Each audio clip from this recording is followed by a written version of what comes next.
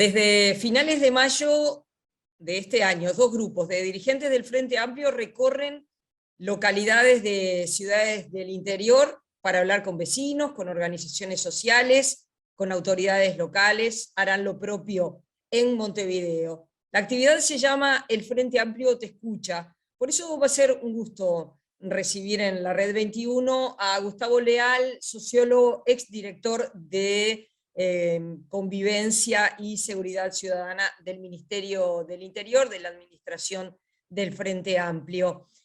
Gustavo, ¿cómo surge esta idea de comenzar este Frente Amplio Te Escucha? La iniciativa del Frente Amplio Te Escucha surge de la necesidad de tener un diagnóstico detallado sobre la situación del país post pandemia. Y en función de eso se resolvió iniciar una modalidad de trabajo que implica recorrer el país de aquí a diciembre del año 2023 4 veces en forma intensa, recorriendo los 19 departamentos y recorriendo 571 localidades para hablar mano a mano con organizaciones variadas de la sociedad, organizaciones sociales en su amplio término, organizaciones sindicales, organizaciones empresariales, grupos de productores, sociedades de fomento, representaciones de la asociación y de la Federación Rural, grupos ambientalistas, grupos culturales y distintos tipos de movimientos sociales de reivindicación que existen, tanto de los derechos de la mujer, de los temas de uso del tiempo libre, de la asociación de jubilados, etc. La idea es, durante un año y medio, hacer esta recorrida, que tiene un formato de recorrida semanal por departamento, y en cada departamento se está durante 3 días visitando todas y cada una de las localidades de esa región, no solamente la capital departamental, sino ciudades intermedias y también pueblos, villas y parajes pequeños, que a veces tienen 80 personas, 100 personas. Hemos estado en lugares incluso donde hay menos gente de acuerdo al censo, el caso de Parayé, por ejemplo, que estipula que en el censo del año 2011 había alrededor de 34 personas, nosotros nos reunimos con 16 de ellos en la actividad que hicimos. Entonces, este formato de construir un diagnóstico de la sociedad a partir de la mirada y de la voz de las organizaciones y de las personas y de las instituciones que están a nivel local, permite tener una radiografía a gran escala, pero con capacidad de microscopio, digamos. Es decir, con capacidad de una lectura de lo que sucede en Parayé o lo que sucede en Nico Pérez, o los problemas de Baltasar Brum, o de Illescas, y a su vez tener una globalidad de lo que está pasando en el departamento de La Valleja, de Artigas, Colonia o Maldonado. Porque a veces los promedios, cuando uno hace estudios de opinión y cuando releva indicadores, esconden una diversidad de situaciones, y en particular la gente toma decisiones en política en base a lo que sucede en los entornos, influido por lo que sucede en el contexto general, pero el entorno determina, porque es ahí donde se construye la conversación de lo que está pasando. Y tener una idea clara justamente de eso es lo que estamos buscando, con el objetivo de tener de aquí a final del 2023 más de 3.000 reuniones cara a cara para tomarse el tiempo necesario para escuchar a las organizaciones, a las personas y a las instituciones. ¿Quiénes son estos dos grupos de dirigentes del Frente Amplio que están haciendo esta recorrida? Bueno, va variando de acuerdo al departamento y va variando de acuerdo a las instituciones que están previstas a entrevistar, pero hay una base de personas que siempre están presentes, porque esta delegación se construye con dirigentes y personas de referencia del Frente Amplio a nivel nacional, que van al departamento, que son externos al departamento que se visita, y después hay una delegación de los dirigentes locales. A nivel local siempre está el presidente o la presidenta del Frente Amplio, el diputado o la diputada, los concejales, y personas de referencia en cada una de las comunidades. Y a nivel nacional, de la delegación nacional, la encabeza el presidente del Frente Amplio, Fernando Pereira, también Aníbal Pereira, el ex intendente de Rocha, que es el presidente de la Comisión del Interior, y quien habla. Y después se van sumando otras personas, y a nivel digamos, de fuera de los departamentos, y han estado presentes José Mujica, Lucia Topolanqui, Carolina Cose, Yamandu Orsi, Andrés Lima, el senador Vergara, la senadora Quechichián. Es decir, que ha habido una distribución bastante importante de senadores, senadoras, y de diputados y diputadas que han estado presentes en esas reuniones. El material o este intercambio, ¿serán insumos que el Frente Amplio tendrá en cuenta a la hora de elaborar un programa de gobierno para competir en las próximas elecciones? Este relevamiento de expectativas de la sociedad y de problemas son en primer lugar un insumo para hacer política hoy. Los partidos políticos no pueden pensarse solamente en clave de elecciones cada 5 años, donde todo lo que hacen lo hacen para elaborar un programa que van a presentarle a la ciudadanía exactamente a partir de los próximos, no sé, 24 meses. Es decir, ahora estamos en agosto del 2022, en agosto del 2024 recién tendremos cuáles son las fórmulas que van a competir por las elecciones nacionales. Habrán pasado ya las elecciones internas y recién ahí tenemos. Quiere decir que de aquí a 2 años mucha agua tiene que correr bajo el puente.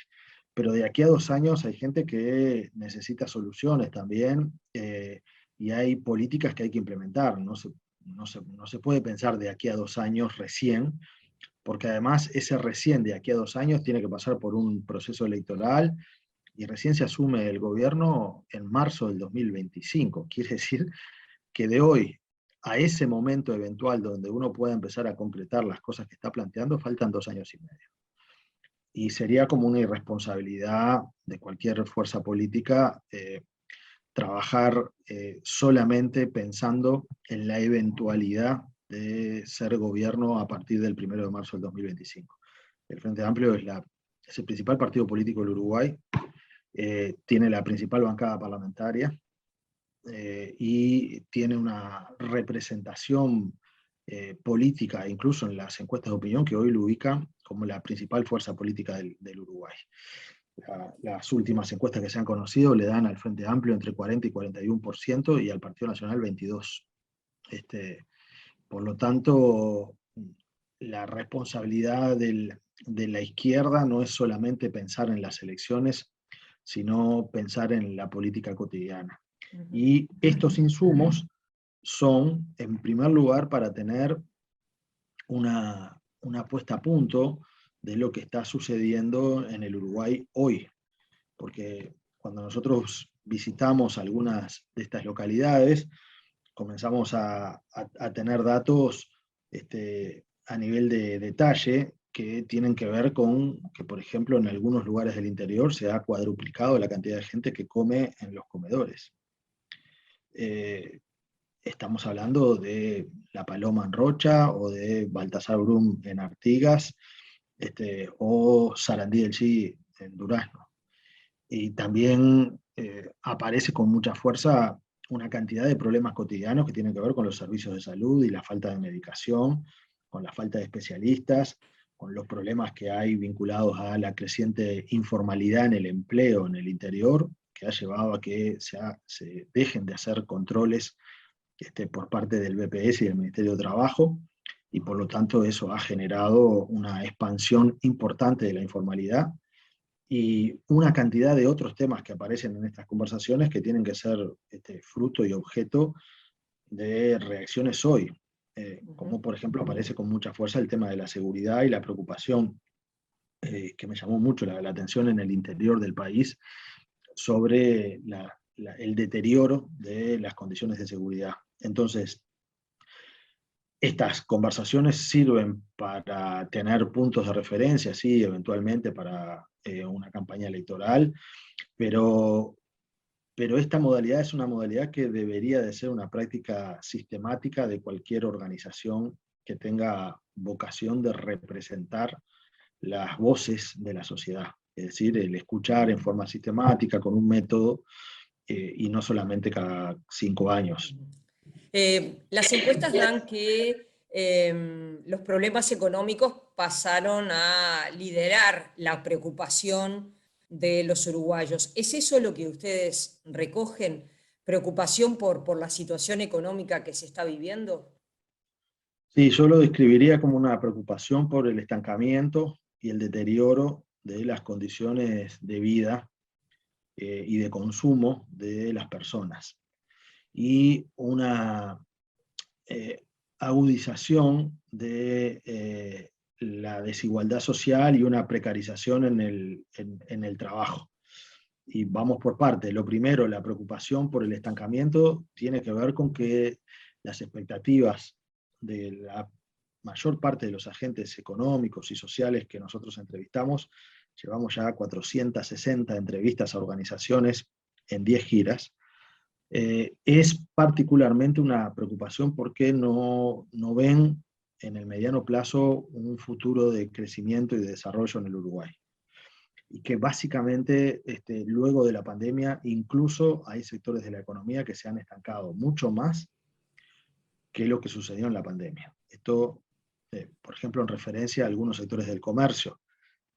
Nos entrevistamos con el Centro Comercial Carolino en San Carlos y nos dicen que ellos venden un 35% menos que en el 2019. Y que hay sectores de los comerciantes, que ellos representan a 70 comercios de esa zona, que venden menos incluso que en plena pandemia.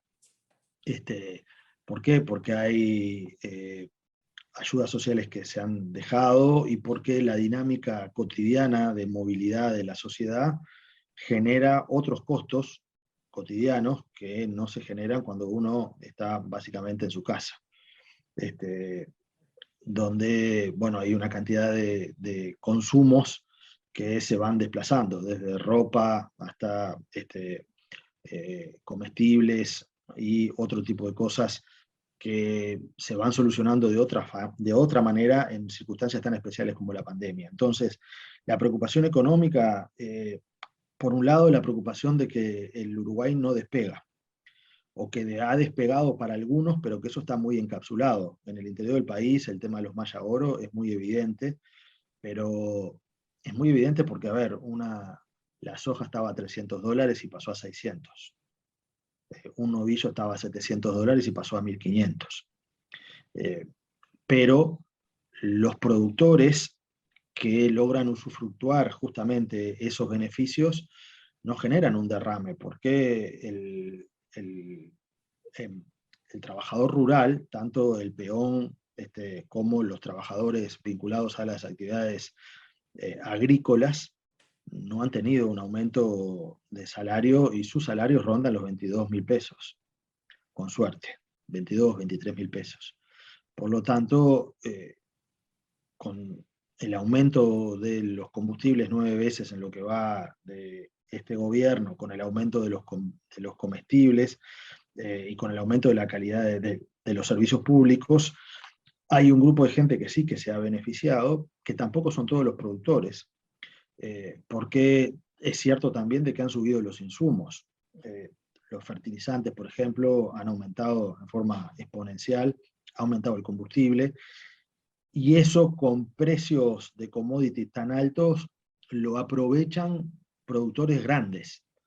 Pero incluso los productores chicos, productores ganaderos de menos de 100 hectáreas o de 150 hectáreas, tienen muchas dificultades para, con esta estructura de costos, a pesar de los precios internacionales, tener un alivio desde el punto de vista económico. Y ellos también ven resentido sus ingresos. Quiere decir que no son todos los productores rurales, ni muchísimo menos, los que sí se han beneficiado.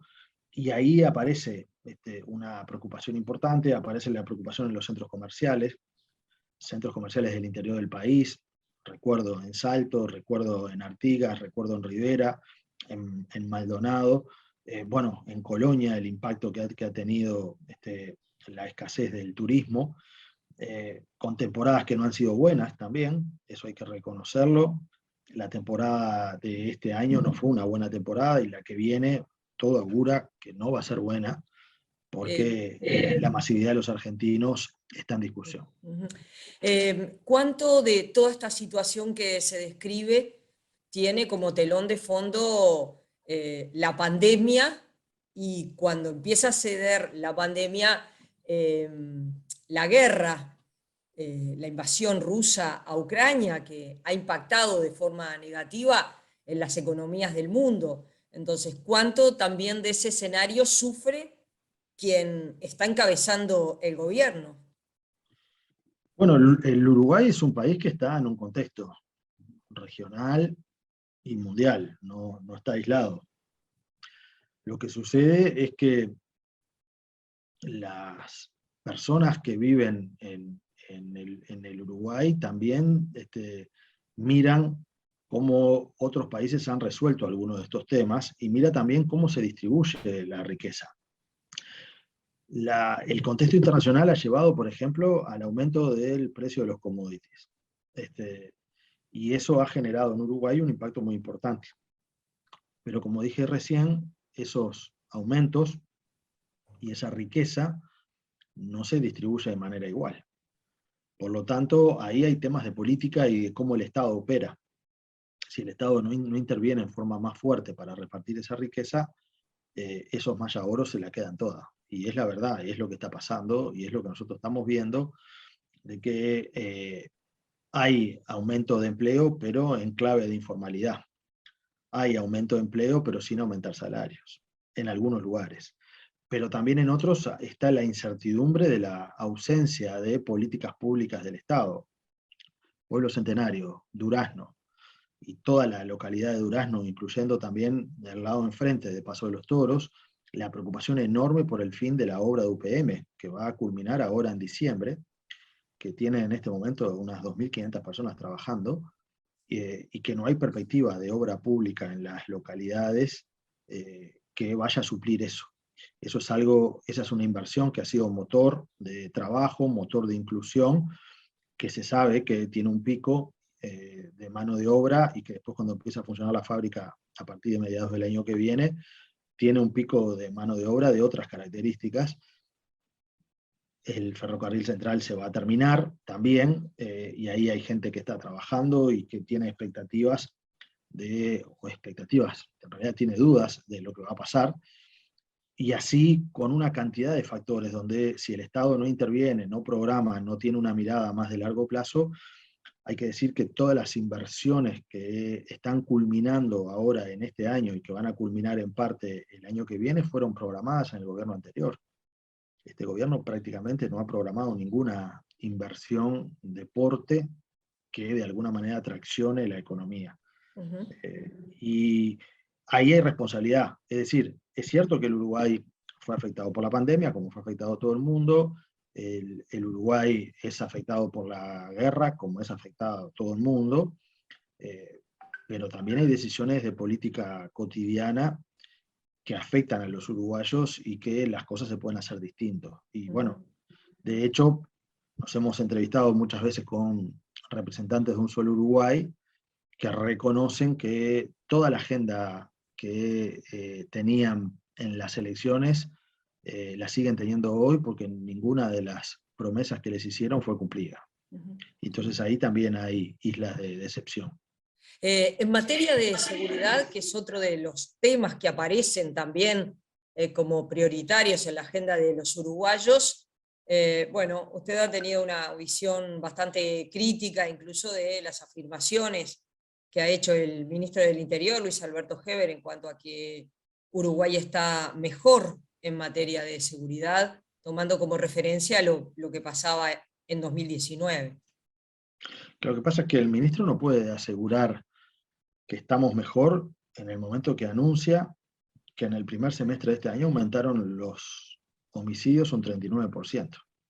39% aumento de homicidios en el primer semestre. Y la conclusión de él es que va por el buen camino. Y concluye, de hecho, en primer lugar, que no se compara con el 2020 y el 2021 porque había pandemia. Y por lo tanto no era comparable. Y se quiere comparar con el 2019. Pero resulta que con el 2019 hay un 9% de aumento de homicidios también. Pero además, el ministro un día dice una cosa y el otro día dice otra, distinta. En junio del año pasado, cuando presentaron los datos semestrales, en una conferencia de prensa en el Ministerio del Interior, él decía de que la oposición política, y en particular el Frente Amplio, no tenía en cuenta y no quería respaldar a la policía ni al Ministerio del Interior con el éxito que ellos estaban teniendo. Y entonces dijo, el Frente Amplio siempre dice de que todo lo que ha pasado es por la pandemia y no reconocen el trabajo que estamos haciendo. Y no es por la pandemia estos resultados que estamos teniendo. Resulta que un año después no se quiere comparar con el año anterior, con el año 2021, ese mismo año donde él dijo eso, porque dice que la pandemia impactó en la baja de los delitos. Entonces, ¿qué es lo que ha pasado? Lo que pasó es que este gobierno asumió en el 2020, 13 días después vino la pandemia, eso redujo drásticamente la movilidad, generó la baja de la movilidad, la baja de actividad y también afectó la seguridad. El Ministerio del Interior y el gobierno no quisieron asumir de que eso era la verdad y comenzaron a vender el resultado de que esa baja de los delitos era gracias a su gestión. Después, como tuvieron que defender la LUC, se abrazaron a la LUC y dijeron, hace 4 meses atrás, cuando fue el referéndum, que gracias a la LUC habían bajado los delitos. Y que si se derogaba la LUC, esto iba a ser un desastre. Bueno, 4 meses después, han subido los hurtos en 11 departamentos, las rapiñas en 8 departamentos promedio, la violencia doméstica en 16 departamentos y tenemos un récord de aumento de homicidios en 6 meses de un 39%. Estoy hablando de enero a junio. En el mes de julio aumentaron los homicidios en forma importante, alrededor de un 44% también. Y bueno, todo indica de que esa tendencia se va a agudizar. Por lo tanto, esa es la realidad. Un ministro que va a Rivera y dice que no quiere instalar la Guardia Republicana en un destacamento porque tiene miedo que le roben las armas. Eso es un ministro que entiendo yo se ha rendido frente a la delincuencia, porque como él dice, yo de estas cosas no sé, a mí me dicen y a mí me asesoran, dice, y yo repito lo que me asesoran. Y yo creo que está muy mal asesorado. El gobierno ahora plantea, incluso se lo ha planteado directamente al Frente Amplio, un tema relevante. No podemos decir que es nuevo, pero sí es nuevo en la agenda de los uruguayos empezar el debate de un anteproyecto, una reforma de la seguridad social. ¿Cuál va a ser la actitud del Frente Amplio? La actitud va a ser primero estudiar en profundidad el documento que el gobierno presenta, escuchar también las opiniones de organizaciones y colectivos que tienen opinión tanto desde la academia, desde sectores productivos, desde sectores de trabajadores, sectores que son afectados, digamos, prácticamente no hay organización o colectivo uruguayo de actividad que no tenga un impacto cuando se discute una reforma global del sistema de seguridad social. Y bueno, y el Frente Amplio plantea, además de que esto debe ser un debate abierto en la sociedad, pero que el gobierno es el que tiene la responsabilidad de definir si este es un proyecto del gobierno o es del presidente de la República. Y a veces parecería de que este es un proyecto para hacer tiempo. para decir que se está discutiendo y para dejar entrampado a quienes planteen oposiciones o diferencias de que este proyecto no se va a poder votar por culpa de uno o de otro. Y aquí la responsabilidad, si este proyecto no se aprueba, es del gobierno, porque el gobierno tiene mayoría parlamentaria, tiene 56 diputados, necesita 50 para aprobarlo, y tiene mayoría en el Senado también. Por lo tanto, creo que la primer responsabilidad es saber si el gobierno tiene un proyecto o este es un proyecto que presenta el presidente para de alguna manera surfear esta discusión y señalar de que él intentó hacerlo y echarle la culpa a alguien, que en este caso va a ser el Frente Amplio, porque sistemáticamente le quieren echar la culpa a todo el Frente Amplio de que este proyecto no se aprobó. Yo quiero recordar que cuando el Frente Amplio propuso reformar la caja militar, los integrantes de la coalición de gobierno no la aprobaron. Y parte del déficit mayor que hay en el sistema de seguridad social hoy es la caja militar. Es decir, un proyecto de seguridad social que no reforme a fondo la caja militar es un proyecto que tiene patas cortas en cuanto a la viabilidad económica. Gracias por la entrevista. Muchas gracias a ustedes.